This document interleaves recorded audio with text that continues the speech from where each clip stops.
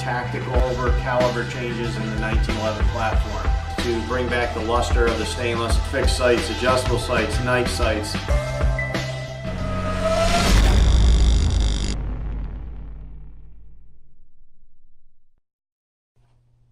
Hi folks, Bob Serva from Fusion Firearms again. Today we're going to go over more of our Ultra Match grade 1911 barrels, the 416R stainless.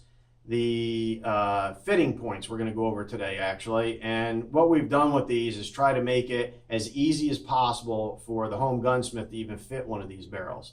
So, you know, we've been building these guns for years and years and years, actually decades. And from all that, we've worked with all different brands and all different manufacturers of frames and slides and barrels. And there's some characteristics and traits that seem to be able to be developed into a barrel design to allow it to be more accurate and more consistent throughout other brands and with their tolerancing and things of that nature and manufacturing processes. So a few things that we do on our Ultra Match grade barrels is we have a few fitting points, very simple, basic fitting points, where we actually leave the hood, which is the hood of the barrel is this section here, from the back to the front of the locking lugs. Well, we leave the back of the hood here, where I have inked in red, slightly long, okay, a few thousandths. Now, on many standard manufacturing, mil-spec style pistols, this will drop right in. You won't have to do hardly any fitting at all, okay, if any. But if you have more of a custom setup or a gun that was built a little tighter, then you may have some slight fitting, which again is just a few swipes of the file on the back here on the fitting point on the back side.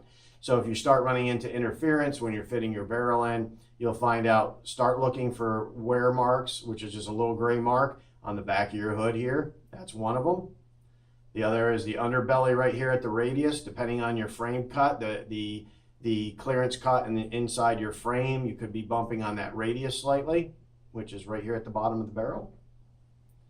You may bump on the back of the foot. The foot is the geometry at the bottom where the link is going to swing. So you may be bumping on the back of the foot here slightly. Generally you won't, but it's another place to check. Also, what we've done is we've made our barrel feet geometry slightly higher. Slightly larger, if you want to call it.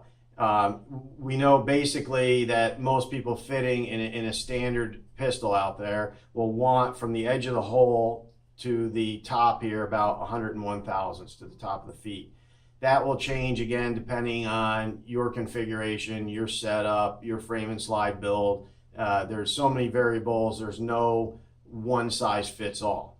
But what this will do is in most manufacturers' pistols, drop in very nicely, and you'll catch a little tiny bit of rubbing on the feet using a standard number 3 link, which is a 278 standard center to center, and with a standard 198 pin diameter on your slide stop.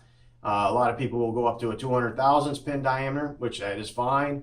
And then I've seen people with these barrels so far will go to a number 4 link, okay, and it still locks up rock solid tight for you, or they will file just a slight bit, a few thousandths off the bottom where I'm showing here on the red on the bottom of the feet here, that foot profile where the link pin rides, file a few thousandths off of there, buff it in, and it'll drop right in for you.